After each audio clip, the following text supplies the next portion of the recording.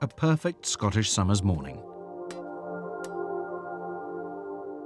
In just a few days' time, the Open champion will be crowned here on the 18th green in front of a world audience of millions.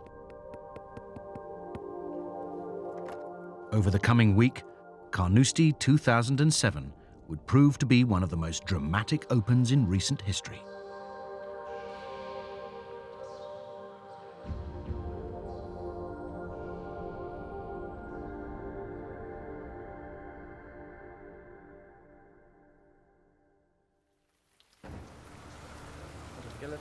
How you doing? Lovely. Lovely. What was it? As always, the elite of the game had been attracted to the world's oldest and arguably greatest championship. The Scottish weather produced a variety of conditions for the players to practice in. But thankfully, there was time to see the course in its full glory. And what the cream of the golfing fraternity found on arriving at this stunning piece of links land was a true test of golf as nature intended. The mood out on the course was relaxed. As usual, Tiger was out early for one of his practice rounds. The defending champion was in positive mood as he looked to make it 3 claret jugs in a row and so equal Peter Thompson's Open Championship record. My chances? If I continue doing the things that I'm doing, I like the way I'm swinging, I like the way my short game is, and my speed is on the green so far, and I just got to carry that into the tournament. To prepare a course for the Open Championship takes much time and effort. 8 years ago, Carnoustie had received criticism from some of the players following the setup of the course. This year, it was imperative to deliver a true and fair test. Throughout the year, everything was geared towards the Open Championship. By early spring, the infrastructure was gradually being put in place. Nothing was left to chance. If the weather dictates it's going to be dry and the course is dried out, you lose this definition you see just now because the colour goes and the fairways merge with the semi-rough and the rough it blends into a degree as well, and it's all of a oneness more so. But that's such as life. But I don't mind that one little bit. That's what you call a natural situation. Come Open week, everything was ready for golf's truest test. Peter Dawson and the R&A were delighted with the setup. Everything was set for a truly great week. Day one was greeted by the latest band of rain to pass over Carnoustie. John Philp braved the inclement conditions to witness Joe Durant hit the very first tee shot. The players have been very complimentary to a man about the condition of the golf course and just the way it's set up, so we're happy. The R&A chairman's happy, so let the play commence. The Open Championship had begun, and despite the rain, the course began to fill up fast. The main reason? Tiger Woods was on the first tee just after 9 o'clock. Good morning. Hi there. I got a program, please. Yep, £6, please. Thank you very much. That's brilliant, thank you very much. Have a nice day. You too. Bye. 909. We'll just head up to Woods, the practice Lawrie ground and now Rose. then. Yeah, let's go to the practice. This is game number 15. On the tee from USA, the defending champion, Tiger Woods. The McLeod family had planned their day around seeing their golfing hero. Good shot. Good shot. Tiger was off, and so too were his adoring fans. And the world number one didn't disappoint them as he made his first move at the par 4 third. A birdie would follow. Just try and get up to the top of the ridge. 3 holes later, he'd hit one of the shots of the day at Hogan's Alley, the par 5 6th. The eagle that followed would move him to the top of the leaderboard on 3 under par. But Tiger's run round Carnoustie wasn't without blemishes. 3 bogeys meant he needed a big finish to his round. He delivered at the par 3 16th. Yes!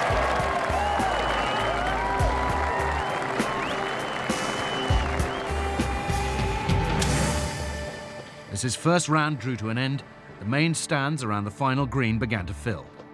Could Tiger finish in style? Nearly. A par 4 would have to suffice. A 2 under par opening round of 69 for the world's number one. The Open Championship was now in full flow, and keeping up with all the movers on the course was a difficult occupation. Some of the first day news was quite surprising. Well, John Daly had an email. Oh, yeah. And it was true. The 1995 Open champion briefly led at Carnoustie on day one. His eagle at the 11th would prove a high point, as he'd eventually miss the cut.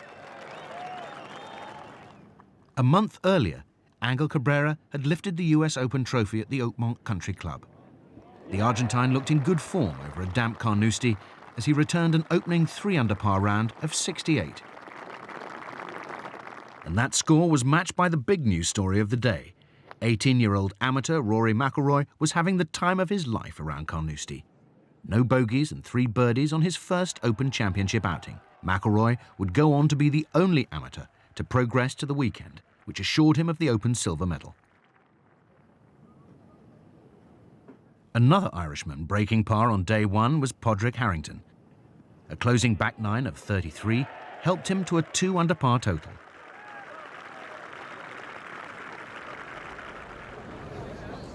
Away from the course, there were plenty of opportunities for the spectators to keep up with all the action. By mid-afternoon, the McLeods were enjoying a well-earned rest in the tented village, where they watched the wonderful first-round play of another Irishman, Paul McGinley. In his 14 previous Opens, McGinley had failed to return a top 10 finish. At Carnoustie, that looked set to change, as he signed for a 4-under par round of 67.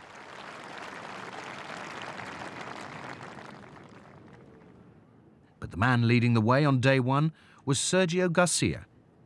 In a near faultless display, the Spaniard returned 6 birdies, 11 pars, and just 1 bogey. His 6-under par round of 65 was 2 shots better than his nearest rival. A good day's work for Sergio. Others in contention included Michael Campbell and Marcus Breer, both on 3-under par. Tiger was 4 shots off the pace. It had been a great day for the 26,000 who braved the early morning rain. Hopefully, they had as much fun as the McLeod family. Over the past 4 years, the R&A have taken Open Championship qualifying around the world. Just prior to the Open, they visited the Sunningdale Golf Club in England, where 16 played their way into Carnoustie.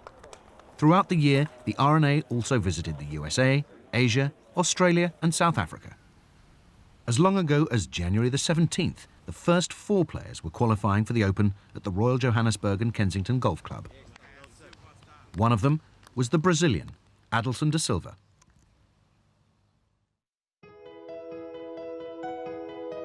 This was all the drama from yesterday mornings, eh? There was a bit of a rain there, and so the bag just got wet and everything got a bit damped. This year's visit to Carnoustie was Adelson's 2nd Open Championship. Thank you. We're going to need it. With the support of his wife, Althea, and the locals, he was hoping for a good second day. I think it's going to have more people today than yesterday. Nice big queues to get into. Just today. For us to have the privilege to qualify at home, that's a big thing. And they were quite generous as well with the spots. We had 4 spots there. Morning, how are you doing? All right? To qualifying for the Open, I was over the moon. Hey, how are you doing? All right? Oh, good. Today? How did you do today? I shot 74 yesterday. That's okay. I started all right, and then I just had a bad hole on number 10. Had a double day. It's hard to describe. The golf course it's magnificent. And, you know, people are friendly here, and it's such a nice atmosphere. You know, it's hard to keep yourself focused on what you're doing because there's so much happening around, but I love it. Yeah, it's a good shot there. Good swing.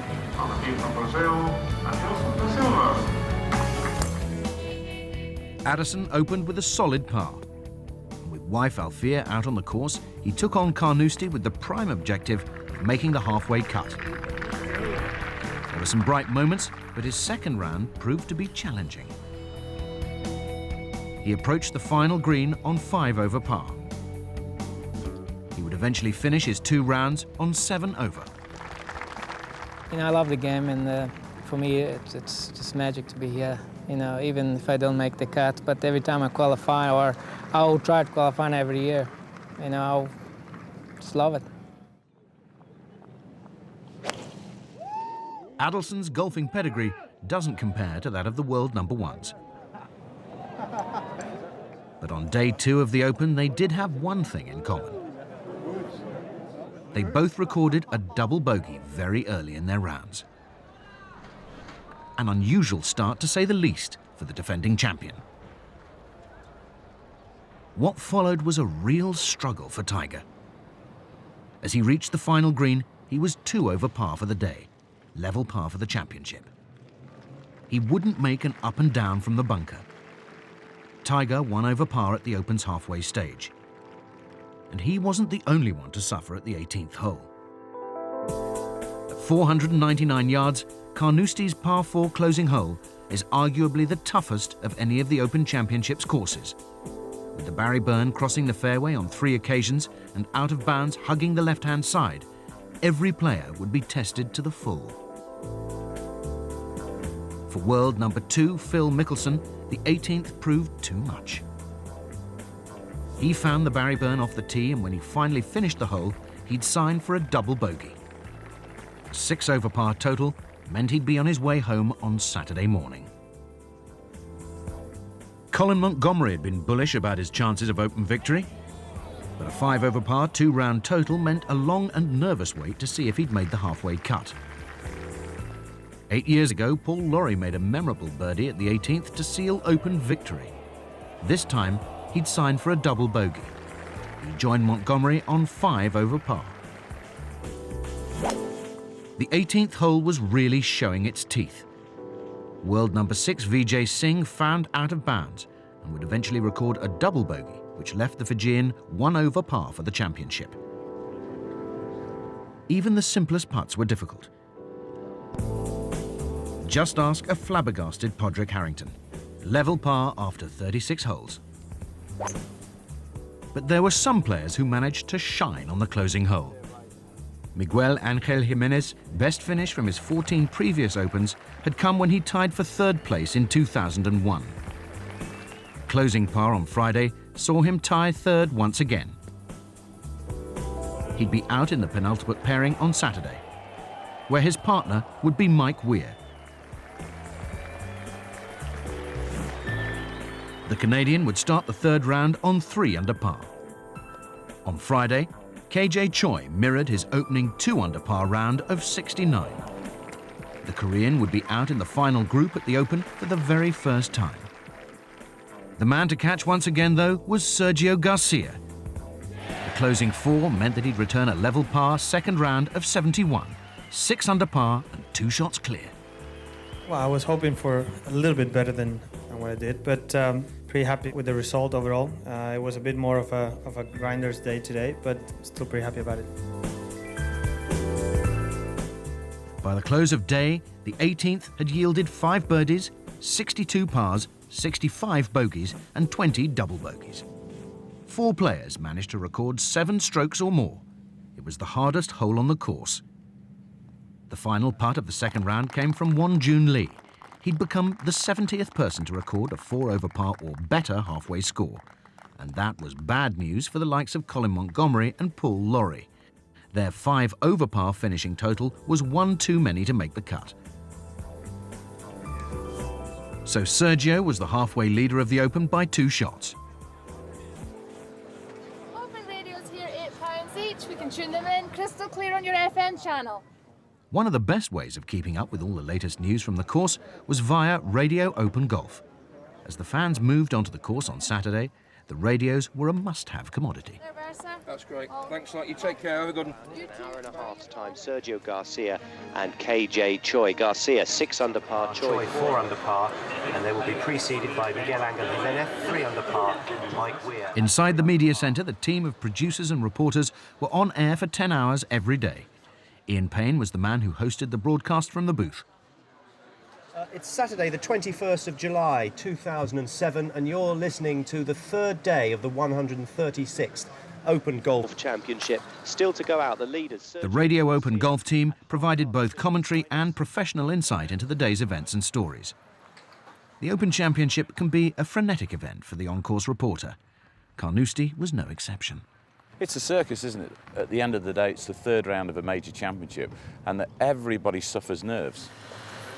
My job is to talk to the players and see how they're feeling and see, you know, if they're happy with the game and what went wrong yesterday. I mean, there's certain questions you have to touch on that they might not, you know, like to necessarily hear, but it's all part of the job. This is a real tough golf course, and I suppose in a way, you know, 68, 75, you probably really didn't play that much different, did you? No, not really. I just hit hold like 2 good putts on the first round and hit 2 good irons stiff and made more birdies on the first day. Well, very well played and good luck, and thanks for talking to us. Not a problem. Thank you very much.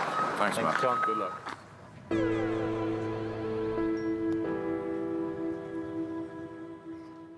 One man resisting the focus of the media on Saturday was Sergio Garcia.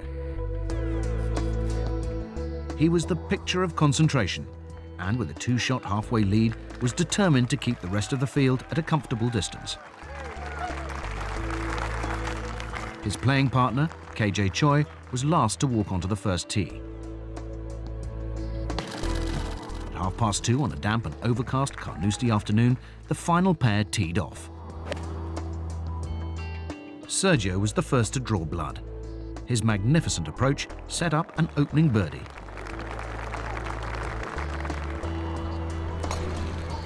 It would move him to 7 under par and 3 shots clear of the field. Silence around the green now for him. He doesn't want to leave too much daylight between him and Garcia. In the early holes, KJ Choi remained Sergio's closest challenger. He reduced the 3-shot deficit to 2 with a birdie of his own at the second hole. But Sergio was still the hot favourite. This is the latest odds we have on who's going to win this tournament. Garcia is still the favourite at 11-4. Woods is now 13-2. He's the second favourite, despite everything that may be happening. And KJ Choi 9-1. Jimenez is 16-1. Weir and Tiger's challenge had been bolstered by 3 birdies on the front 9. He'd eventually finished the day on 1 under par for the championship. As the afternoon progressed, there would be another American who'd become one of the bookmakers' favourites. Early golfing success for Steve Stricker had earmarked him as a possible major winner.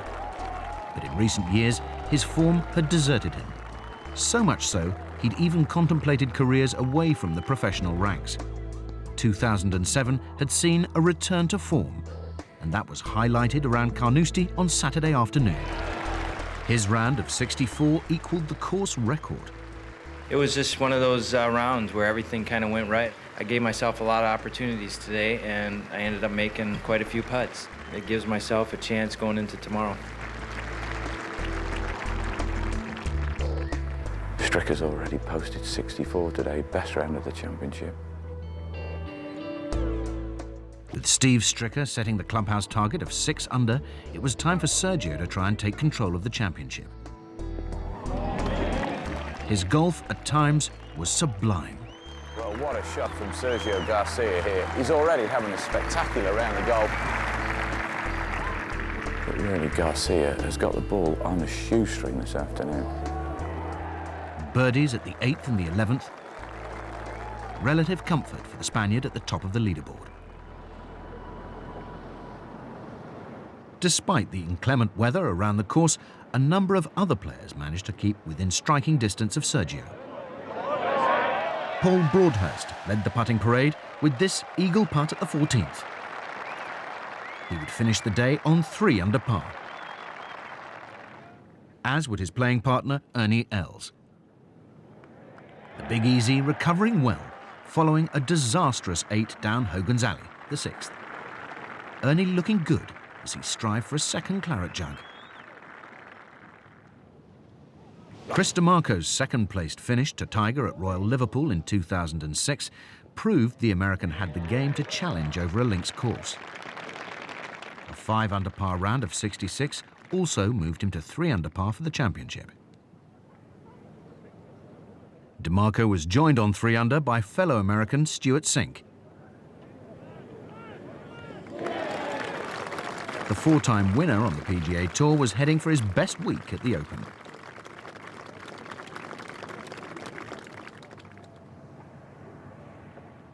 After a disappointing 3-over-par second round, Paul McGinley moved back into contention on Saturday. The Irishman made 3 birdies on his outward 9 and would eventually sign for a 68. It was a popular score amongst those on the leaderboard, and was one which Padraig Harrington also achieved. All the contenders believed they still had a chance to lift the claret jug in 24 hours' time.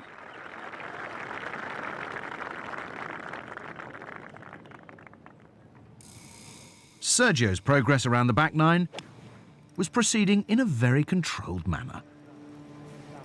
But all that changed when a wayward approach on the 17th caught an unsuspecting photographer by the side of the green.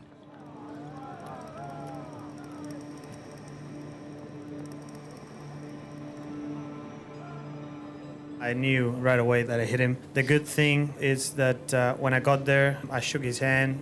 He told me he was fine. When I said, "You sure you're okay?" He's like, "No, I'm perfect. Don't worry. I'm just worry about your stuff." Both Chris Ratcliffe and Sergio recovered well. Oh, be good, please. Be good!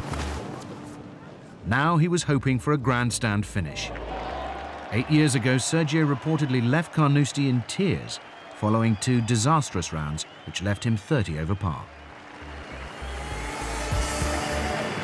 On Saturday afternoon, his emotions were somewhat different. Listen to the applause for Sergio Garcia, the Spaniard coming up the 54th hole of the championship. What a day he's had, what a day he has had on the golf course. He's played superb golf.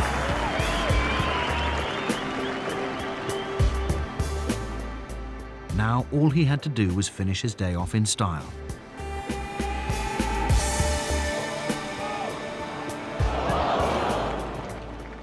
He would have to be satisfied with a closing par.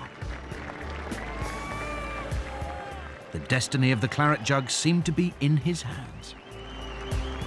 I'm looking forward to tomorrow. It's going to be a hard day, but I'm going to go out there. I'm going to try to play my own game, just like I've been doing every single day. And just believe in myself as much as possible. Can't wait to start. So Sergio led by 3, while KJ Choi joined 6 other players on 3 under par. Young Argentine Andres Romero was also on the leaderboard. Before he could leave the course, Sergio satisfied the media's requirements. It was the final interview to go out on Radio Open Golf on Saturday. It had been a rain-sodden close to the day for the 32,000 fans. None of them could imagine the drama which would unfold in the final round. Early morning on Carnoustie's closing day. And with the stand still silent and play just about to get underway, a meeting of organisers and committee members was taking place on the 18th green.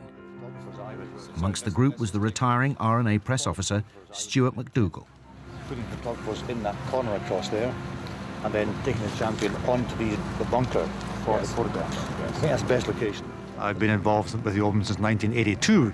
I've got a huge number of memories and a huge number of people you get to know in the championship, and I think it's the people you'll miss, the people who work here year after year to make the championship a success. To get into these parts today, you must have something pink on, a pink armband. Or so where are you going to marshal then? Behind Behind the railing on the first tee? On the edge of the bunker, on the green. Throughout the week, Stuart and his team had to look after the needs of over 600 journalists and 220 photographers. It's an important role, and one which means long hours during the week of the Open. Coming a long time, so give him a nice one, idiot.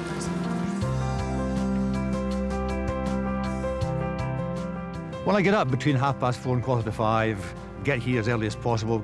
Press coverage, the actual copy, the photographs are very important as far as the Open is concerned worldwide. So it's a matter of looking after them, trying to accommodate them. I think it's an understanding process of knowing what they're looking for and trying to give them what they need to make their job as good as possible. Tell us how the conditions affect the course. In his role as press officer, Stuart has presided over many press conferences. It's his duty to ask the first question and then direct the gathered journalists accordingly. And this year, there was reward for all of his hard work. I'm going to ask Tiger if he'd be kind enough to hand over something that he has signed to Stuart as a gesture of our appreciation for all he's done for us. Thank you very much indeed, John. I know Tiger's wondering why is a grey-haired guy of 40 retiring, but that's by the by. Thank you very much, John, and thank you, Tiger, for being fantastic over the years. I'll miss all the people, but I'll now have more time to do gardening and play a bit of golf. For a while, it looked as though Stewart's retirement would have to be put on hold for 24 hours. The weather around lunchtime was not good, and as parts of the course became waterlogged, there were concerns whether the championship would finish on the Sunday. 136 Open Championship. On the tee from the USA, Steve Stricker. Thankfully, the weather improved and play continued.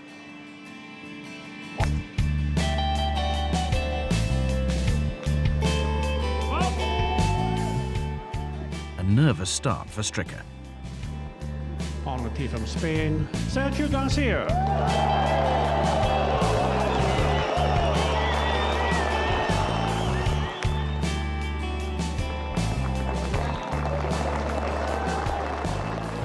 As the last pairing embarked on their final rounds, the afternoon was about to deliver one of the all-time great Open Championship closing days. Ernie began his round in stunning style. His birdie here at the second was followed by two more at the third and sixth. The Big Easy easing his way into contention. Contenders for the Claret Jug were making moves all over the course. Angus Romero made a dream start. 4 birdies in his opening 8 holes moved him to 6 under par. 4 years ago, Ben Curtis shocked the golfing world by winning the Claret Jug at Royal St George's. He was beginning to make a few more headlines at Carnoustie. This eagle at the 14th moved him to 3 under for the championship. Another prospering on the par 5 14th was Richard Green.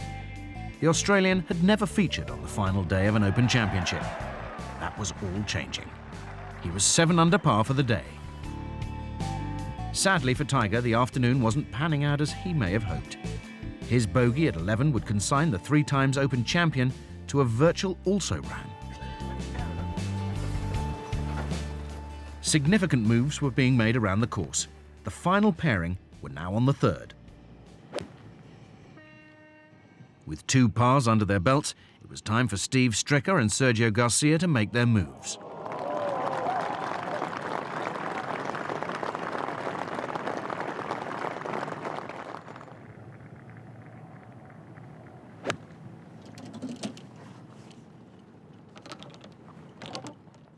Both hit great approaches into the 3rd green.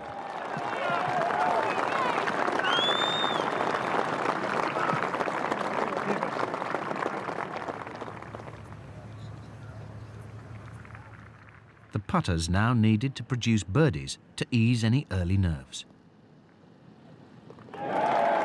Sergio duly delivered. His new belly putter remained solid from 5 feet. It seemed a mere formality for Steve Stricker to follow Sergio's ball into the bottom of the cup.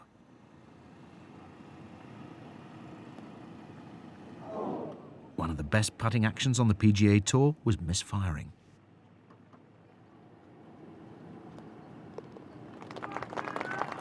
For Steve Stricker, it would prove to be a poor day on the greens.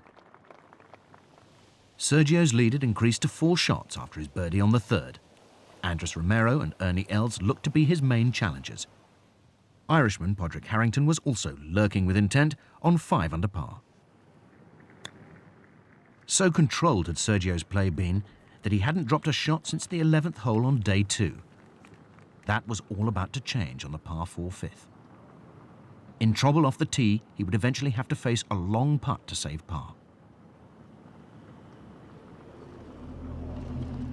The first chink in Sergio's armour had appeared. Sergio was about to enter a period where things just didn't seem to go his way.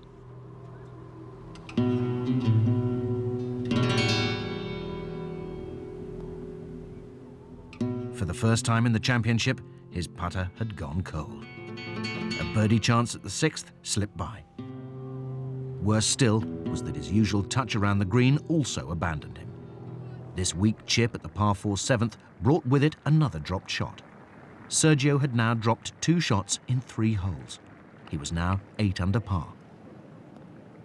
In contrast, Andres Romero's journey around Carnoustie could not have been much sweeter. His outward half included 4 birdies. At the 10th hole, he added another to his ever-growing tally. Moments later, Harrington rolled this birdie in at the par 4 9th to join the young Argentine on 6 under par.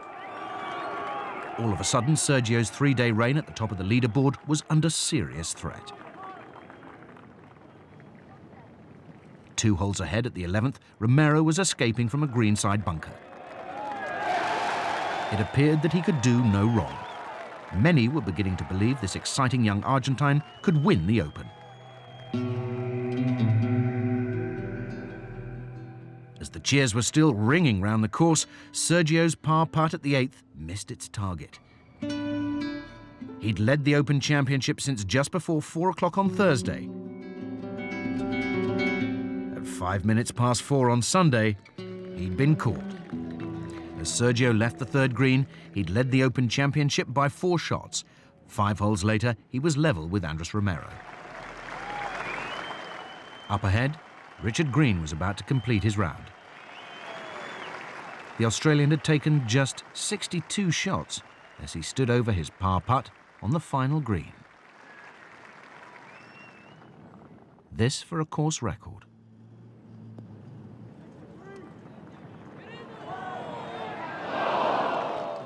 It was his only bogey of the day in a round which included 6 birdies and an eagle.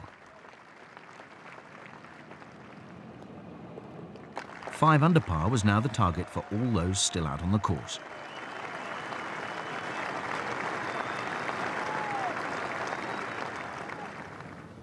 And that's the score Andres Romero would have to settle for as he eventually walked off the 12th green. A penalty shot had to be incurred when his wayward 2nd shot found trouble. For once, Carnoustie was biting back at the Argentine. The double bogey proved just a minor hiccup for Romero. If you're going to bounce back, then bounce back in style. Romero's recovery was immediate.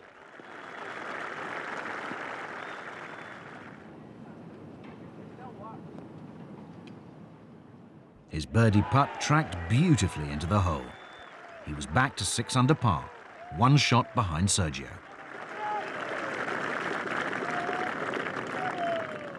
As the Open Championship moved into its final stages, the golf around the Carnoustie links was of the highest quality. It seemed as though everywhere you looked, players were staking a claim to the claret jug. While Romero was making birdie at the 13th, Padraig Harrington was setting up one of his own on the par 4 11th. He was now on 7 under par, joint leader with Sergio. One man looking to make it a trio at the top of the leaderboard was Ernie Els. The 13th would prove a turning point in the South African's round. He would eventually leave the green with a bogey 4, 2 shots behind Garcia and Harrington. As for Andres Romero, well, his astonishing journey around Carnoustie just got better and better. He followed his birdie at the 13th with another at the par 5 14th. He was now making a serious challenge for the Open. His approach to the 15th set up his 5th birdie in 6 holes. He was now a shot clear of Sergio and Padraig on 8 under par.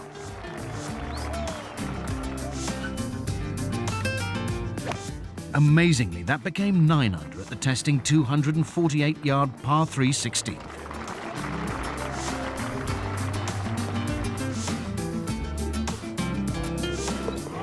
Romero had a look of stunned disbelief.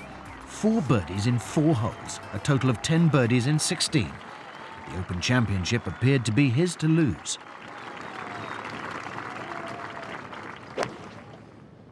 From leading the championship for 3 days, Sergio now found himself 2 shots off the pace with 6 holes to play. At the 13th, his challenge for his first major was about to be reignited.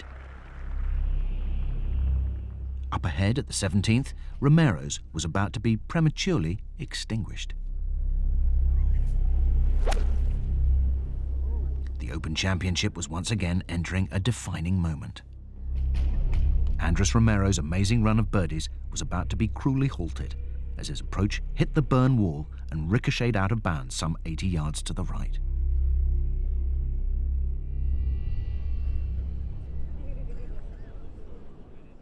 A double bogey would follow.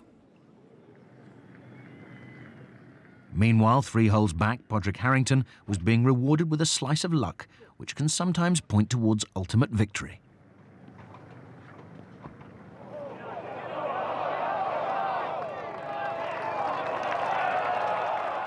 As his approach to the par 5 14th set up an eagle opportunity, Sergio was over his birdie putt back at the 13th.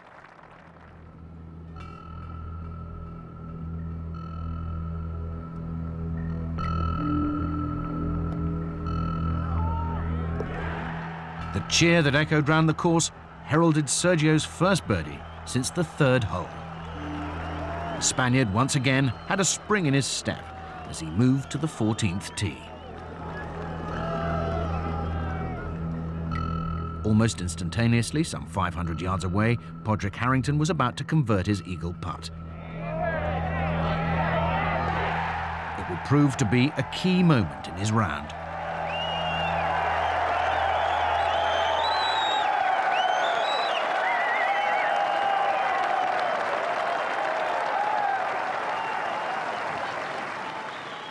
The race for the Open Championship looked to be between 3 players.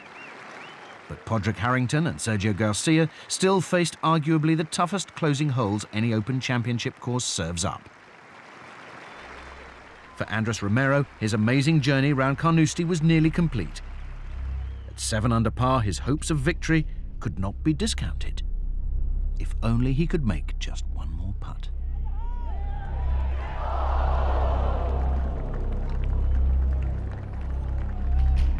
That afternoon, the young Argentine had given all of those present the golfing ride of their lives. An amazing round, which included 10 birdies, 4 pars, 2 bogeys, and 2 double bogeys, had come to an end. He finished the championship on 6 under par. Time would tell if it would be enough. Moments later, Ernie Els was completing the finishing touches to his 17th Open Championship. A closing birdie would see him join Angus Romero on 6 under par.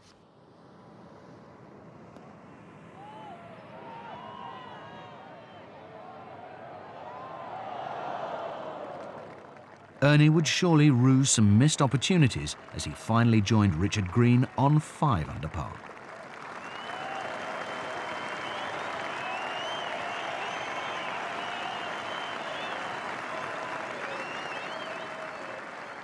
Back out on the course, the drama continued as Sergio moved to 9 under with this birdie at the 14th.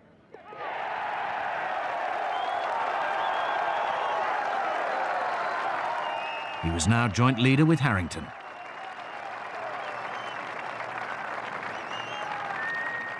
But parity at the top of the leaderboard looked to be short-lived as Harrington lined up a very makeable birdie putt on the 16th. Disbelief for the Irishman.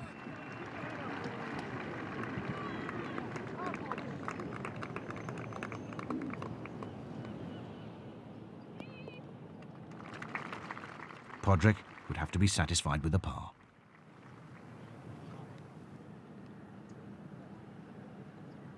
But within minutes, he was once again alone in first place. Sergio dropped back to 8 under when his putter once again let him down on the 15th.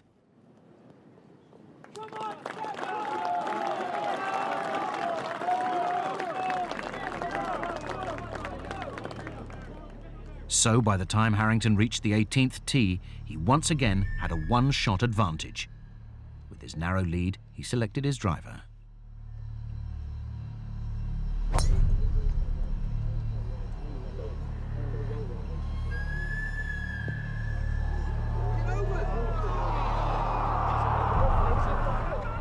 All week, the 18th had proved Carnoustie's sternest test. This great finishing hole was once again going to write itself into golfing history. Having parred the 16th, Sergio was now making his way down the 17th fairway. There would be a moment where the leading protagonists would meet eye to eye. Simple niceties were exchanged. This was no time for lengthy engagements. Harrington's one-shot lead now looked very fragile. 3 from here would secure an 8 under par total.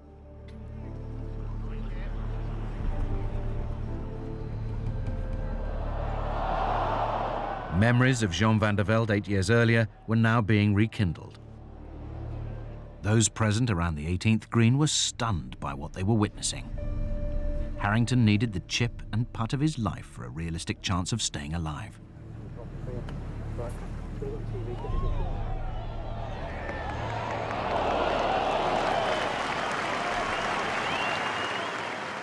The crowd rose to their feet to greet the Irishman onto the final green.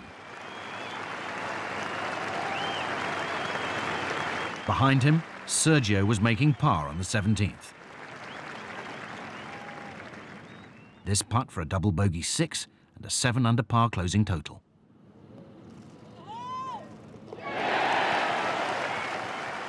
Twice he'd visited the Barry Burn down Carnoustie's treacherous 18th hole.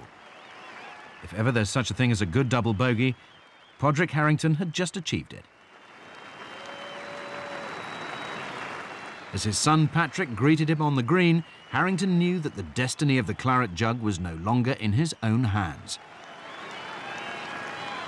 Now it was all down to Sergio.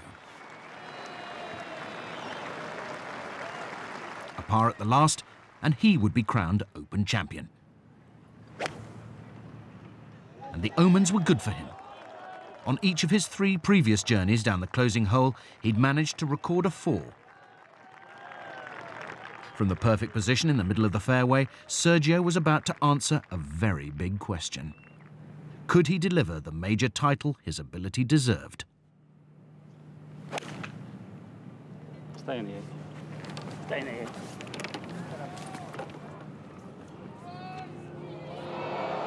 The drama was about to be taken to a new high.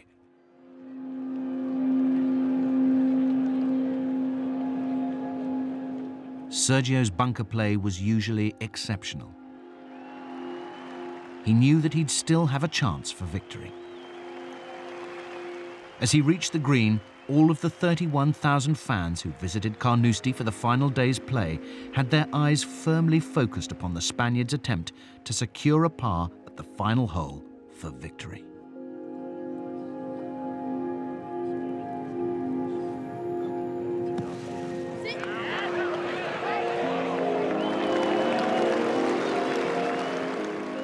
Sergio had set up the chance all professional golfers dream about. A putt to win the Open Championship.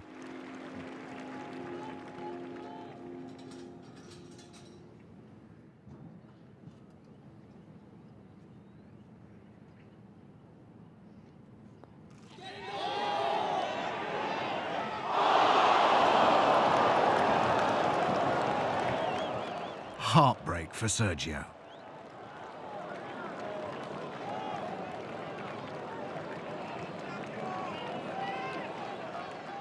Another chance for Harrington.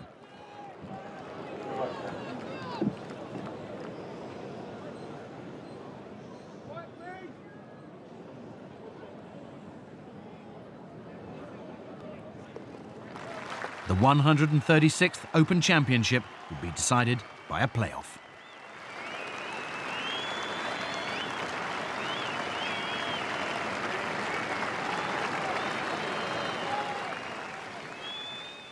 Eight years ago, 6 over par had been the qualifying score for Carnoustie's last playoff.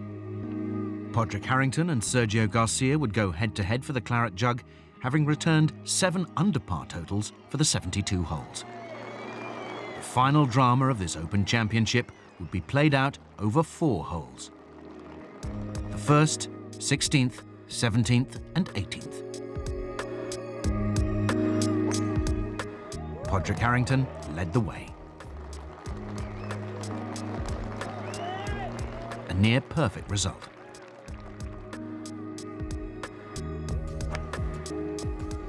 Sergio was close behind. But the placement of his tee shot wasn't as good as Padraig's. He'd faced the tougher of the 2 approaches. Get up. Get up. Get up. The door was open for Harrington. The Irishman duly delivered. A great birdie chance.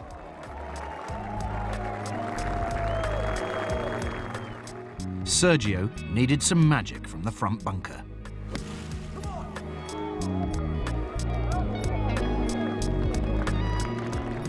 Unfortunately, he hadn't lost his turn. In his 4 rounds, he'd recorded 2 birdies and 2 pars at the first. Now, he was walking away with a bogey.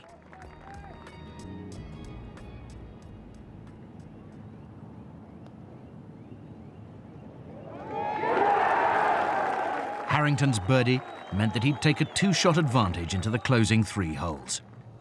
Sergio needed to hit back fast.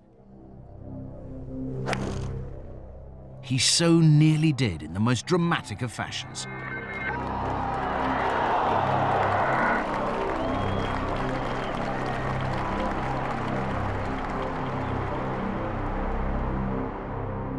Some guys hit the pin and go in or go to a foot. Mine hit the pin and goes 20 feet away.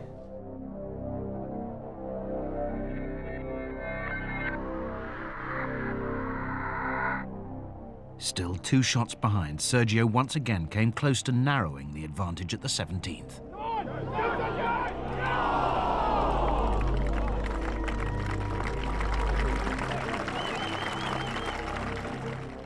Harrington now had a putt to put more daylight between himself and Sergio.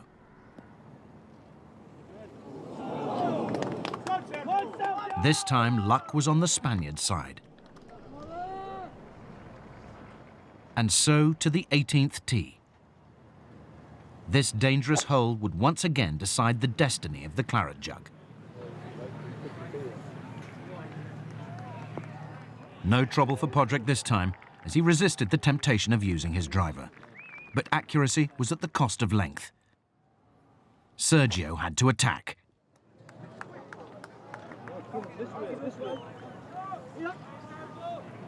For once, he failed to find the middle of the fairway. The green was still a long way away for both the players.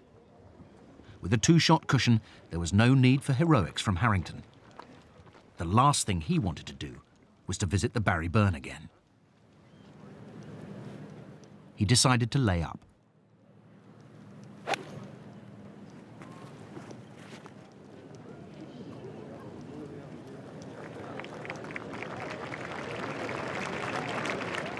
His approach left him the perfect pitching distance from the flag.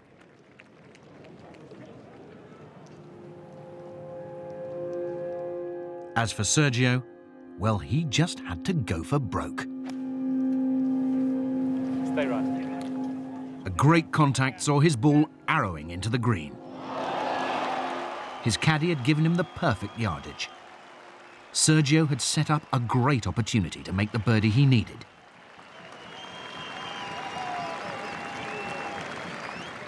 There was still much golf and drama left in this extraordinary playoff.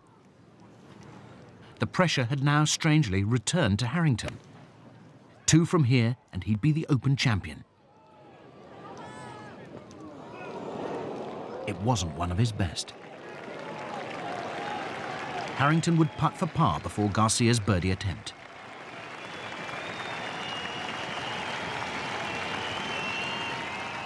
Both players were welcome to the green as though they were victors. No one quite knew what to expect next. Padraig was trying to leave nothing to chance.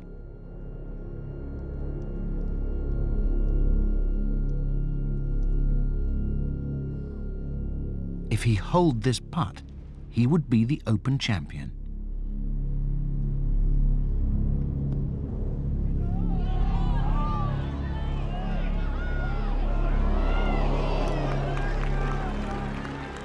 I couldn't believe I hit it 3 feet. I thought I'd hit that stone dead, and right to left one coming back are the sort of putts. If there's a putt I don't like, I really didn't like that putt. Sergio now had a putt to at least extend the playoff.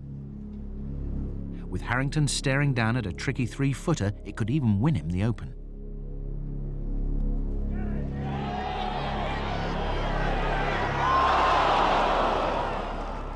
He couldn't believe it as the ball once again slipped by.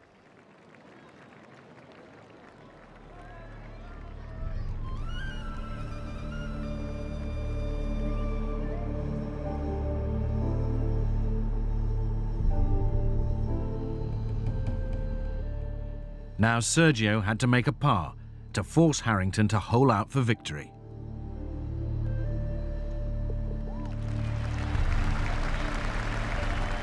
Harrington would now have another chance to win the Open. I just worked hard and I think I just drew on all my experience of playing links golf and honestly convinced myself I was going to win.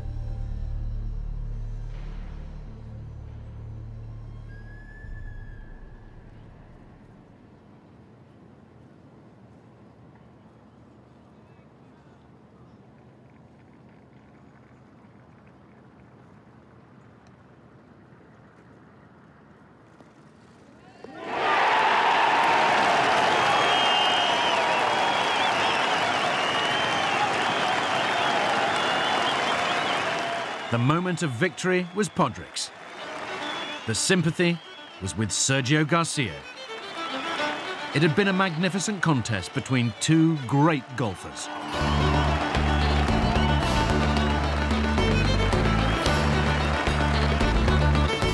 Harrington was the first Irish winner of the Open Championship since Fred Daly 60 years earlier. He was about to hear what every professional golfer wants to hear. With a score of 277, the winner of the gold medal and the champion golfer of the year is Padraig Harrington. Carnoustie had provided one of the most dramatic afternoons in Open Championship history. As the sun dipped, Padraig Harrington received the most coveted prize in golf. I've always questioned whether I had the ability to win a major. A lot of people believed in me more than I did, and the last couple of years I've been getting better and better. It's going to change my life. It's something I've wanted to achieve forever so long. It's just amazing.